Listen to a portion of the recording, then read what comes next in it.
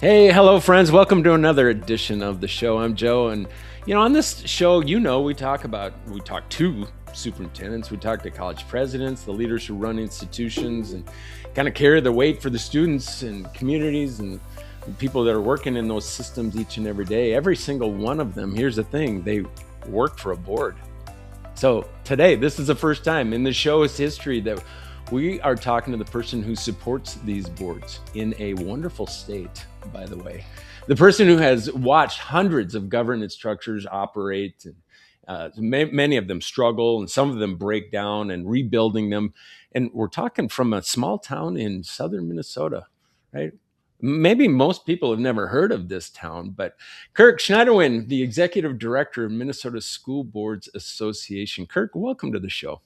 And thanks for having me, Joe. So let's start just right where you're at. Executive director of an organization that serves how many school boards? Well, statewide, we have 331. So Okay, it's a solid number. Yeah. that is a solid number. What's it like to be right in that seat today? What's going on? Right. I mean, it's a great question, Joe. I mean, I think one of the things, during the pandemic when it seemed like everything was hot and controversial, I feel like we've moved out of that phase and have moved into a more positive phase for our school districts. One, you're in the classroom, you're at recess, you're on the bus, which feels good. And I think our districts are most of our school districts are in a spot today where the state has had, foresee some potential financial challenges ahead, Yeah. and that has a trickle down effect on our districts. And so I think one of the things, even though we've come out of this and it's been more positive, I think there's going to be challenges for our districts coming forward around predictable, stable funding, which we know is important for any planning or for any organization to plan, knowing that you have revenue to move the ball forward, right? So Yeah, I can't think of, kind of the unrecognizability of the work. People don't wake up thinking about, oh, I wonder what the Minnesota School Boards Association's initiatives might be this week. But they all know the person that cancels school, right, when right. the snow is fallen. But Yeah. yeah, and I think there's nearly 42% of superintendents who left their jobs recently said that the reason why they left was because of board conflict. So it is a real thing. Yeah. And the sector's default response has been to, well, we got to train up the superintendents to figure out ways to better, connect and relate, and not the boards necessarily. I want to know from where you sit, how you see that dynamic playing out. Yeah, it's an interesting one, right? I mean, it's like it evolves or it is change. It kind of goes through trends like any other sector. I think fundamentally, right, is that relationship between the superintendent and the governing board is so critical for the direction of the district. And we often see when those relationships go sideways or get a little crooked, that has an impact on the district because the community sees the board meetings, they see the relationship with the superintendent. And so what we have done is really try to get our boards understand, and this is part of what the association does, is understanding their roles and responsibilities around working with the superintendent. So we have got, I think, while most of our school boards do a really good job of understanding the role of managing the district or leading the district on a day-to-day basis is that of the superintendent. Um, that and your role as a board is really to kind of have oversight and accountability of the individual. We know that is in theory a good thing to do, but we also know in practice sometimes our boards will stick their nose through the fence into the management space, Oh, or a right, great metaphor. Great right. metaphor. And it's hard. It's sometimes hard to kind of say, but that's where you see good positive relationships is that when you have a veteran board members understanding their role and they can coach the newer board members about their roles and responsibilities rather than relying on the superintendent to say, hey, stay in your lane, board members, which is Right. not always a positive. Positive interaction, right? No, and it usually kind of enlists a non-positive reaction to boot. Exactly. Oftentimes, so I know the Minnesota School Boards Association has been doing the work of development for a long time, and many, I would say it's enviable from other states in terms of just the quality of that work that is happening. So all the things that you see going right within that sector right now, within that domain, what do you see that your colleagues or maybe people from across other states are getting more wrong these days? They're going about that maybe the wrong way, that MSBA has chosen to go about just differently. Brag on your organization here for a minute. Yeah. No, I mean, I think, we have been an organization that's been around for over 100 years, right? I mean, what's unique about MSBA is we're, as you referred to, we're centered in St. Peter, Minnesota, which is a community of about 12,000 people. We're not in the state capital, when advocacy at the state level is really one of our primary responsibilities. And how we got here is an interesting story, Joe, but I'll try to do this briefly. Is when they started this organization, the individual, Bob Weddergren, was running it out of the trunk of his car.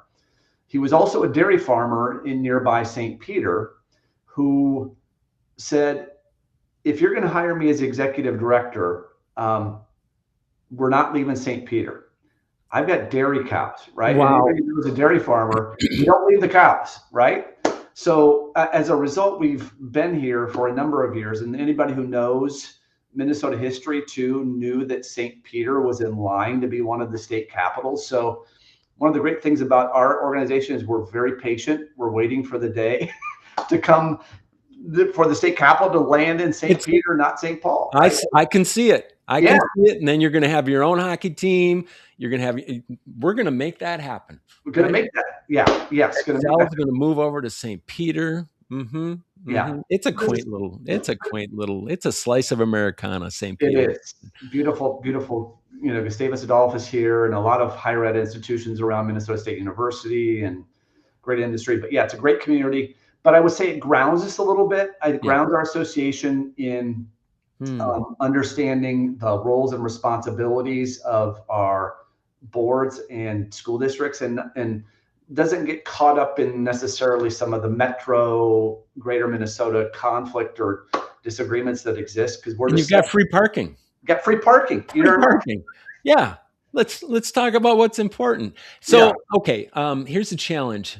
Pretend, and you might not have to pretend, pretend I'm a 13-year-old child, okay? And you're explaining to me in 2 minutes or less the role of a school board. Yeah. Ready, go. Yeah, great question, because, most 13-year-olds don't know what the school board exists, right? Right. They're community members, right? Parents, bankers, custodians, whatever it is, parents from the community who have a vested interest in the performance of their local schools. And when they created this model back in the day, is they wanted to have the community, they were community schools, and now they're independent schools. But I would say they wanted to make sure that the taxpayers, the community members, had some oversight of their local school district. And that's really simply what it is. But then I would also say is today we expect our boards to also set a vision, set of where are we going? Where is this? What do we want this district to look like? And gathering input from their communities and the consumers at the school district level about shaping that future of the district is really an important role for boards as well. Yeah, and I would add, they're unpaid. I think it's the most powerful unpaid position in American government. Yeah. Arguably. Yeah. 5 to 7 people usually elected, usually in an off-cycle election, where that turnout can be real small. Right. So controlling $1 million budgets, right. Setting policy for every child in every district, and most consequentially, I think deciding whether that superintendent beats the streets or stays. Right. And serving 331 of them, you said. Right. As you entered into this, did you have any idea of the role potentially you'd be playing someday to an organization that has that much gravitas, if you will, the importance of the work, again, it's, I think, greatly unrecognized. Right. Right. I think that to that point, Joe, I think you're right. I think um, the association is a very strong association that our members have deep trust in. And I think they lean on us to help them through some, whether it's a challenging time or perhaps an opportunity in the future that they're looking at. But no, I don't think, I think when I started this job, I lobbied for the association for 13 years at the state capitol. I've been in this role for 13 years, and the fundamentals of good governance still exist today, right? Is knowing your role and responsibility and letting your superintendent run the day-to-day stuff is really important. And when we see it go typically when we talked about this is when it goes sideways or there's a lack of trust between the leaders and or board members. That does have an impact on the district. And we keep emphasizing that as if, high performing boards matter. And if they are in the weeds or conflict or controversy, that has a way of permeating throughout the district, and our teachers feel it, our paras feel it, our students and our parents do as well. So the importance and value of being a good governing board or a high performing governing board is as important today as perhaps it was even 10 years ago today. Now things have changed, of course, right? But still the fundamentals still exist. Yeah, well, a good governance hasn't changed. It's timeless, right? And how timely that topic happens to be to continue to, play chief reminding officer. Ask me so if you're just, again, to say it very, very clearly, what makes governance actually work? Yeah, I mean, I think one of the things is you generally have 6 or 7 board members elected individually who need to come together at the board table to behave and act like a high performing team. And that's hard. I mean, if you just take 7 people randomly and you put them in an elected seat and say, we expect this from you, and we expect you to be high performing and work together and like each other. And some may say, good luck with that, Kirk. You're never going to achieve that. But I think what we do is we do see that. We do see that through training and helping our board members understand their roles and responsibility, and the superintendent guiding them along the side, that you can get there, right? And sometimes it doesn't feel like you can get there, but that is the ultimate goal, is to making sure that you're working as a team and understand that you may not agree on everything, but you can also put those to the side, those issues, as long as you have a focus on the big outcomes of the district and the positive outcomes of the district. So it can be done. So I spend about half of my time working in higher ed, where there's a term, shared governance or sharing governance. And I'm going to go there for a minute. Okay. I think it's a love, hate, or hard to really talk about, honestly, kind of dynamic. Many college presidents, especially today, unfortunately, it's sobering news, having to cut millions of dollars and shutting down buildings and slashing programs. It's not what they got into the role to do. Right. And what they're saying is those that grew up within the system, within a shared governance system, are saying that not many people are showing up to the party. I look in the mirror and say, these hard decisions are on me and the board, even though we have this thing called shared governance. Let me ask you just very directly, can governance be shared? Well, I think it can be. I think it needs to be. I think there is some risk by making all of the decisions from the top without having some share or input from the groups. And I think that's one of the things we do in our kind of vision setting for our school districts, is making sure that we hear from the community members and the consumers and the students as we develop a future model for our district. So I think higher ed models, obviously, as you know, you play in that space a little bit more than I do, they are in a tough spot. But I often share this with our new superintendents, and is a leader of, whether you're a superintendent or a college president, you want to be in front of your board, but you don't want to be too far in front of your board. Interesting. You've got to bring them along, and And that's what leadership is. You've it got is. to lead, right? You got to lead in that space, but you have to also know where those lines of your authority and the lines of your responsibility as administration are a little bit different than this line of governance. And Right. it's tricky at times, It is. really tricky at times. Yeah, it's a line that does this, the serpentine, right? It's like, Yeah, it's like some of the paint on the new constructed roads these days. It's like, the white line is just like, wow, yeah, the guy, I love that analogy. Yes. a little swervy, a little Yes. swervy. Yeah. So you do a lot of training. Yeah. Because you have to, because there's just a lot of bad governance happen. I'm kidding. You do Right. training because it's the right thing to do. You don't just train the toxic board members, do you? Right. No. You train teams on a regular basis, and it kind of cycles and recycles. And you train new board members that I've never done this thing before. So you train them up, but you also train the collective, right? Of the collective board. Talk to me about just the protocol, if you will, of how that training happens. Yeah. So we do, we do have a suite of training opportunities for our individual board members as well as our boards, collective boards. And really our emphasis in the first couple of years or first couple opportunities is really about the individual board member understanding their role within the team, and then also having a collective view of what the board can do together. And then we really focus on some of the mechanics of our what that are important for our boards to understand, whether it's the open meeting law, data practice, school finance, where does the money come from, where does it go when it goes out, so they have at least a broad view of that. Because I think many times board members will come in and want to solve the world's problems in 6 months. And one of the hardest things to tell them is like, slow down, be patient, understand you're part of a team now. You're not running this as an individual board member. So, hey friends, quick question before we get back to it.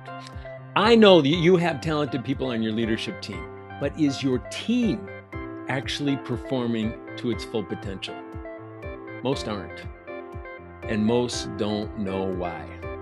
The Team Intelligence Assessment is a solution to change that. Find out where your team stands at higherperformancegroup.com. Go to find your starting point to get started today, or click the QR code in the screen right here. All right, back to the show. Really reminding them of those essential roles as an individual board member, but also knowing that if things perhaps don't go as planned or go sideways at the board table, whether there's a lack of trust or whatever it may be, we will also come in and walk backwards and say, Yep. where are we at today? Where are we at? But then also try to build those relationships and focus on becoming a high performance board. What does it take? What does it look like? Just like a portrait of a graduate. What those, that Absolutely. people, yeah, you make it very objective. Right. Otherwise, it's kind of squishy. And a subjective graduate, well, maybe goes out into the world and bumps around in it for a while. Right. Right. I love that. I love it. So, and there are times I think when my guess is when boards are kind of in trouble and things are getting kind of hot, where you can come in with advisory capacity to kind of just sniff out the scene and come up with some real good wisdom in terms of how to get back on track. And that's not following a recipe card. That's having good humans that you've employed to actually come in and build relationships and have the authority and credibility to speak in that space. Yes, absolutely, Jordan. We got 25 people on staff here who are committed to our mission about building high performing boards, and we do that through training, we do it through advocacy, and we do it through policy development. And there's kind of those core elements of what is good board work. And I think the other part of it is that our superintendents, also knowing that absent MSBA, I would have to perhaps do that, right? I would have to train them, coach them, or we would have to go into the marketplace to find somebody to do that. I think that's where the superintendents find great value in the association as well. That your association's been around for 100 plus years, and they're a trusted organization, and I trust my board members to walk away from that training with some solid skills, solid knowledge on what they're supposed to do. Yeah, so important. So Yeah. important.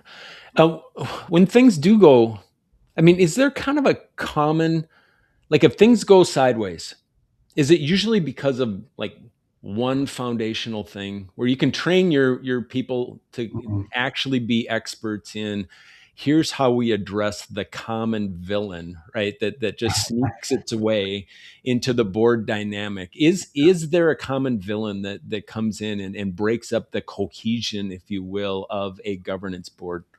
Yeah, I mean, I think one of the things that we have noticed in terms of a trend is, once in a while you would have an individual who would raise challenges and create a disruption at the board table. Um, and I think when we look back at the pandemic, we have less of that today. But one of the things we really don't do is if Joe and I, or you and I, are sitting at the same board table and we don't agree on things, it's going to be hard for our association to come in and say, Joe and Kirk, here's how you're going to get along better, right? You're right and you're wrong. Yeah. Yeah, No. that's a losing proposition for us. So we try to take a broader view of this, that the high performing boards got to own their warts too, right? They've got to say, you know what, we're not perfect. But we got to have these hard conversations in order to get us to the place where we want to be. And if that means that there's going to be some uncomfortableness or disagreements on the between two personalities, that's fine. But we've got to be able to park that stuff. And that's where I've seen over the years, it's hard for people to park that stuff. They don't want to let go of the disagreements. And so we will come in, provide some guidance for them, provide some direction for them, for the board. That's where our space is, because that's where the power is. It's not in the, as you know, in the individuals, it's in the board. Right, right. So for them to own that, they got to own that. And the only way we're doing that is if the board agrees on the front end.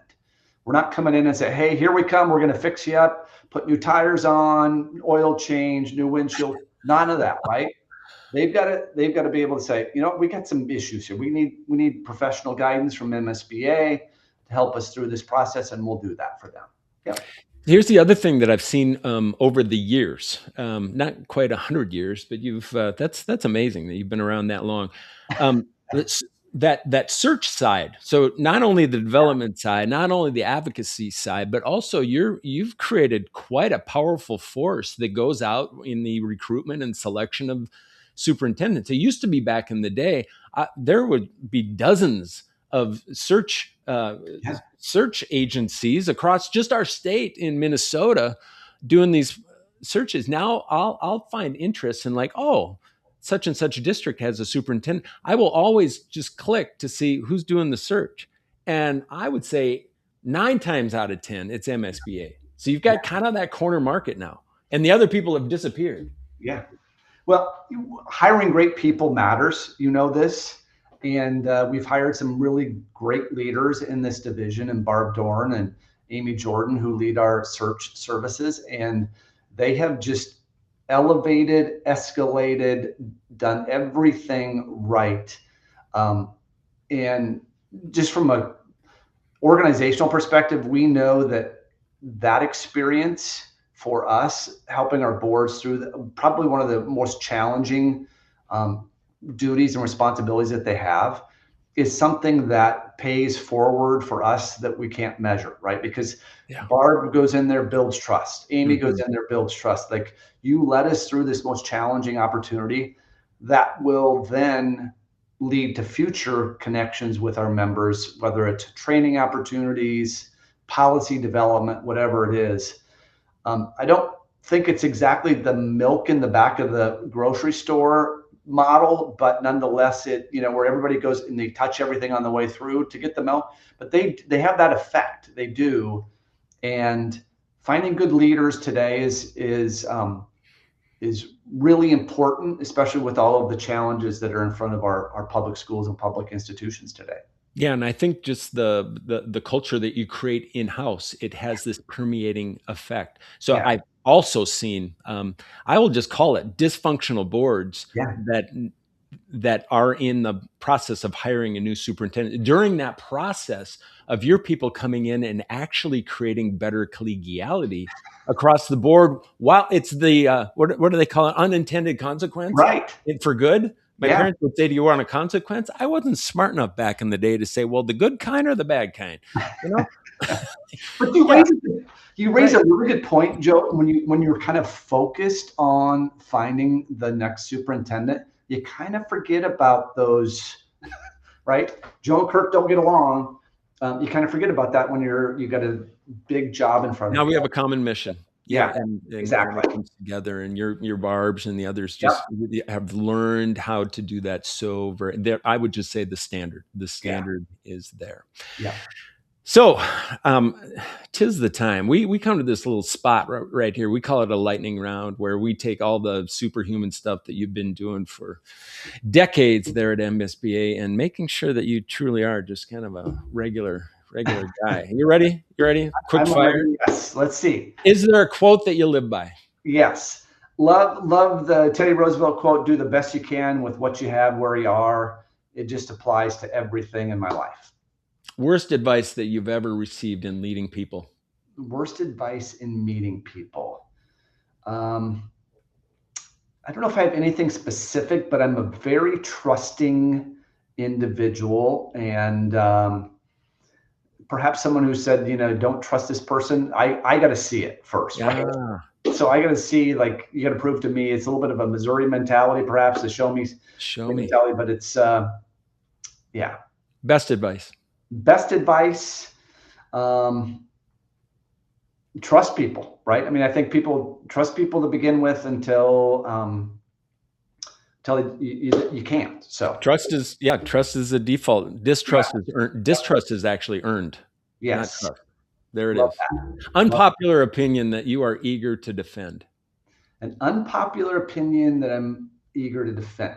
Well, I think after the last few legislative sessions, I would just say I still maintain that decisions at the local level um, still are the best model for governance in our school districts. And some people believe that making decisions in St. Paul is perhaps better because and I just don't think that. So I think our boards and soups are smart, great decision makers, and need to be trusted. I can hear it. The roar of the applause. I can already hear it. Something that you ever change your mind? Huh? Oh, I Something that changed my you've mind. changed about what? About what? Where did you Oh, change your mind? um, from on a professional level, I think that is one of the great. I mean, leadership it's about adapting in many times, and if you're very hardline and boxed in, I don't think that works very well. So I changed my mind quite a bit. I mean, I'm always like gathering input. In my strength finders, I'm a learner, right? I love to Okay. gather all the information before Yep. I make a decision. So, um, How about on the golf course? Have you changed your mind there recently? Like, oh, I should have used the. Hmm. oh, absolutely. I'm the word. Yeah, if I'm not a straight yardage guy. I'm much more of a feel guy. If it feels like Yeah. an iron or an You iron, know, you have that thing that you kind of look yeah, to. yeah. I'm like, no, this is a 120 wind blowing in my face. This is going to be a 7-iron for me, maybe. I got a gut feeling about it. How about Yeah. a decision that you'd make 10 times over in this role? Well, I think one of the controversial one is the issue around our separation from the National School Board Association. But I think it's went through some challenges with that. But I think the association is in a better spot today. And we're seeing a growth in our COSBA Association of 27, 28 state school board associations that's really focused on supporting our associations. That's what I call leadership, boss. Thanks. Okay, how about quick trip or holiday? Where are you Oh, going? so like as much as I've traveled the state of Minnesota, I've been to both of them a lot. I would say I'm a Quick Trip guy just because of the value. I mean, all of the stuff that they have within there. And but I will say the Circle K Holiday they're right behind them. They're good trends both ways. If you weren't running MSBA, what would you be doing? I would be, had it been 30 years ago, I'd have been trying to get on the PGA Tour, or how about carrying the bag for a professional golfer? Where I can throw the wind up and look like I know what I'm doing. I love that. Is there a word that comes to mind as you think about Minnesota school governance and the future in Minnesota? I would say optimistic. I mean, I think we're going through some financial challenges, but I feel like our districts, our boards are still committed to what their responsibility is in leading their districts, as well as their superintendents. And so despite the perhaps bumpy roads, that our folks are just hardworking grinders, good people that want good things for their kids, and they're willing to commit to that. So I'm going to say optimistic. How about that? Like we are in all professional sports in Minnesota. It's like we are. We're just next year. Yeah, can't wait. How about a quick question that you might have for me? Quick question for Joe. So what has been the trend in leadership that, you work with presidents and soups and other leaders. What do you see as a leadership trend of late? Yeah, I don't know that it's an overt trend, but the builders, I'll call them the builders, because we have enough climbers out there and we have enough dreamers and way too many. Coasters are just kind of doing their thing, but the true builders, the ones that are stepping into the octagon with their gloves on to say, hey, we need to fight the right fight. They're the ones that understand, I think, just the overall operational needs of the system, but even more so, they understand how to build the human system, right? To close those gaps, because there's not any leader out there that is strong enough to fix our broken system. Mm-hmm. They have to do it. And I think you've experienced much of this in building, and I think you'd agree with me. You have to build a strong, trusting, empowered, collaborative team to actually face that villain that is a system that has kind of knocked the snot out of most leaders. Right. Yeah. So it's those that are willing to take the time to build that team to recreate that broken system. Yeah. So, great question. Very good. Yeah. So my lesson, I think, that I just pulled away from this is one, having first time talking about just the importance of governance on the show here. You spent over a decade building the things I think that are kind of missing in our understanding of how things work, and so appreciate your not only expertise but just the way you go about it. I mean, you've always been a real human as I've observed you in the work and your work across various partnerships, and just so appreciate the team that you've built there, and the impact that it's having across all communities. So I want to, again, thank you for joining us on the show here today, Kirk. If there's any last words that you might have, or words of encouragement for some, I don't think we have like emerging school board leaders that are watching this, but this might be like for those that are in-house as you're doing the work of leadership. Any last words of encouragement or wisdom that you would have? I wish I had some great quote here ready for you, but I don't. I think we know that. I mean, whether you work most of you who are in the public institution have some type of governing board, and I at MSBA have my own governing board as well. And I think one of the things, as you went through your superintendent training, I've gone through mine. Perhaps that management of boards was not a high priority, right? Not at all. I don't remember not at all. And so there is an art and science to that. And I think you got to lean into that. And as I've said to many superintendents, you want to be in front of your board, but not too far in front of your board, because they expect you to be a leader, but they expect to be brought along and also contribute to the program as much as they possibly can. So it's not easy work. It's not rocket science, but it's also essential to the foundation of our public schools and our public institutions too. For those that want to learn a little bit more, is it msba.com or no .org? Where do we find you? So it's MN MN. MSBA. So if you think about, there's a lot of states that start with M: Michigan, Missouri, Minnesota, Mississippi. Exactly. Yeah. Okay. So, MSBA.org. Yep. Folks, that's the show. This has been a good one. You're going to want to share this one with any leader out there that wants to just understand a bit more about this most important work. Peace, friends, and keep your dukes up. Thanks again, Kurt. All right. Thanks, Joe. Peace.